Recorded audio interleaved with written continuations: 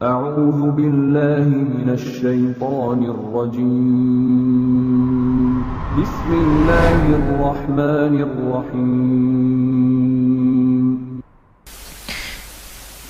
Apakah saat kita menginjak tanah telanjang kaki dalam keadaan punya wudhu itu dapat membatalkan wudhu tersebut? Tidak. Tidak. Telanjang kaki itu maksudnya tidak pakai alas gitu ya. Tidak pakai sendal, tidak pakai sepatu. Tidak batal. Walaupun bahkan kaki itu menginjak kotoran. Misal ada kotoran kucing keinjak, Anda sedang berwudu, itu nggak batal. Nggak batal. Yang ada bersihkan najisnya. Ya, cuci kaki Anda. Ya, pastikan najis itu hilang. Ya kan? Kotoran kucingnya hilang. Bagaimana memastikannya? 3 hal. Ya, 1, hilang warnanya. Bersihkan sampai warnanya hilang. Hilang habis. 2, hilang baunya. Warna hilang, cium, masih ada baunya nggak? Hilang. 3, hilang rasanya. Gimana caranya? Woi udah Ustaz pakai rumus surah Al-Zalzalah, ijajul jilat gitu. Tidak. Bukan begitu caranya. Yaghlibuhu ghalabatul dhanni, maka putuskan dengan prasangka kita yang paling kuat. Kalau warna sudah nggak ada, bau sudah normal, nggak usah dirasain. Udah hilang sendiri, ya. Diboleh, silakan nginjak tanah itu sah, dan tanah itu sepanjang tidak ada najis suci sifatnya. Ju'ilatul ardu li wa li ummati masjidan tahura. Dijadikan bagiku setiap tanah itu dipijak itu bahkan diinjak suci sifatnya bersih. Jelas ya? Tayyib. Kalau sudah dipandang jelas, teman-teman sekalian, baru kita kaitkan. Kalau setelah wudhu ini kemudian saya makan, boleh nggak? Ini persoalannya. Apakah membatalkan atau tidak? Nah, sesuatu yang membatalkan wudhu tidak berhenti sampai sini. Ayatnya diteruskan. Jika Anda ingin pergi untuk buang hajat, misal, ya, mohon maaf, keluar dari ya tempat-tempat yang normal dianggap bermasalah, ya. Misal dari tempat-tempat keluarnya, apakah buang air kecil, buang air besar, keluar angin dan sebagainya, bahasa Qurannya sopan sekali. Jika Anda pergi ke toilet, ke tempat untuk buang hajat, itu bisa menghadirkan segala jenisnya. Itu pasti membatalkan wudhu. Aula mastumun nisa, atau sengaja bersentuhan langsung, ya, sengaja, ada niat kesengajaan. Beda antara lamasa, massa dengan lamasa, itu lain. Awas, Anda mesti hati-hati ya. Jadi ada lamasa, lam, mim, sin.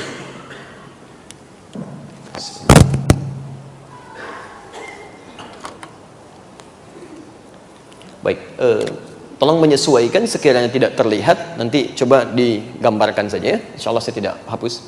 Pertama ada lamasa gini, lamasa. Gini.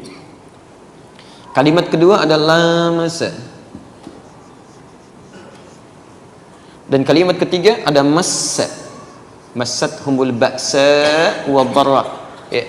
Ini misal kita temukan di Qur'annya tadi, Quran surah ke-5 ayat yang ke-6. Yang ini kita temukan di Quran surah kedua ayat 214, posisi paling kanan sebelah bawah. Ini satu akar dengan ini. Cuma bedanya, kalau yang ini lamasa itu sentuhan langsung. Ya, bisa kulit dengan kulit, bisa pakaian misalnya dengan pakaian yang lainnya. Ya, umumnya sih kulit dengan kulit, satu sentuhan. Ya, tapi lamasa di sini belum tentu ada unsur kesengajaan. Sentuhan aja misal. Seperti yang terjadi misal, maaf, dalam tawaf ya. Tawaf kan kemudian Anda berputar-putar dalam situasi yang padat, tiba-tiba ada gesekan dan sebagainya, ada sentuhan, itu lamasa namanya. Jelas di sini? Tapi kalau lamasa, ini emang udah niat nyentuh. Sudah berniat menyentuh, sengaja ada sentuhan di sini. Aula mastumun nisa, atau sengaja punya niat menyentuh pasangannya. Sehingga dengan ada niat ini kesengajaan, ada hasrat tumbuh dalam jiwanya. Kalau sudah ada hasrat semacam ini, maka itu berpengaruh pada wudunya, batal wudunya. Jelas ya? Kalau massa begini, massa itu artinya sentuhan yang terjadi tanpa kontak fisik. Ya, misal Anda melihat sesuatu tayangan di televisi yang mengharukan, tiba-tiba hati tersentuh, kemudian tiba-tiba menangis, ya. Baik, itu massa namanya. Ada orang yang diuji dengan musibah, menyentuh pada jiwanya. Ada langsung pada dirinya, ada pada orang lain.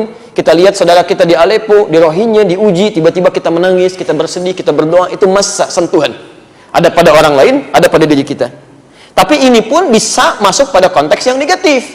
Ada orang melihat misalnya tayangan yang tidak boleh dilihat, gambar-gambar yang tidak tepat, atau membayangkan sesuatu sehingga muncul sentuhan pada jiwanya yang bisa membatalkan wudunya.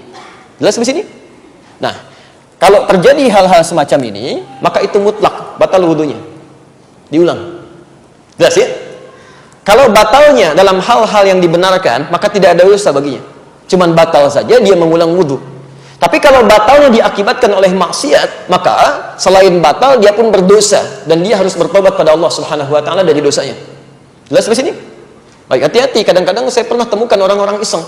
Ya, ada pertemuan misalnya reuni, ada kumpul macam-macam, laki-laki perempuan berwudu ditungguin, ayo sini, ayo sini, ayo sini gitu kan. Tiba-tiba keluar pegang gitu, itu nggak boleh.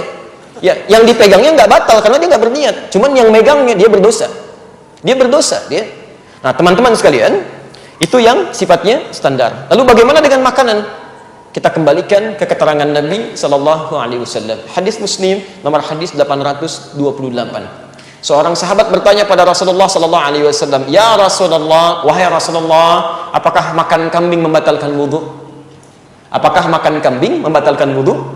Kata Nabi, la, tidak. Ketika dia bertanya, Ya Rasulullah, apakah makan unta, ibil membatalkan wudu? Kata Nabi, na'am, falyatawadda idza akala al-ibil. Ya, maka berwudulah ketika Anda memakan unta.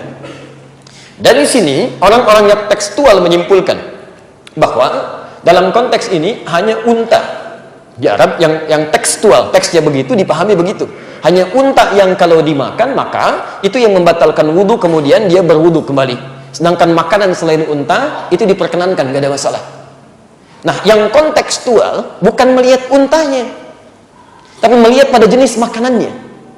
Di Arab itu, kalau Anda urutkan makanan-makanan misalnya, dari daging yang paling standar, orang Arab makan kambing biasa.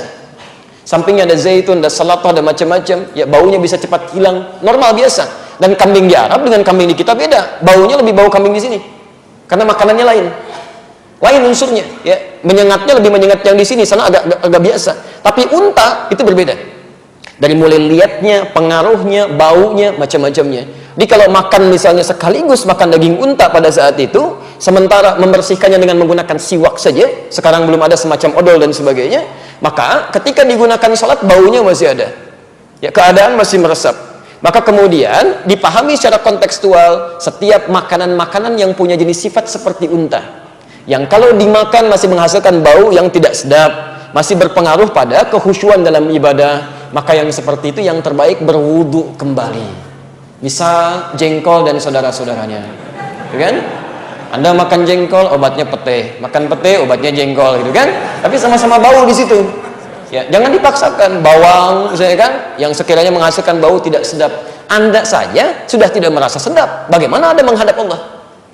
Anda pribadi merasa tidak sedap, berbicara dengan orang lain merasa tidak nyaman. Masa mau berbicara dengan Allah dalam konteks sholat? Halo, jelas? Baik. Allahu a'lam bishawab.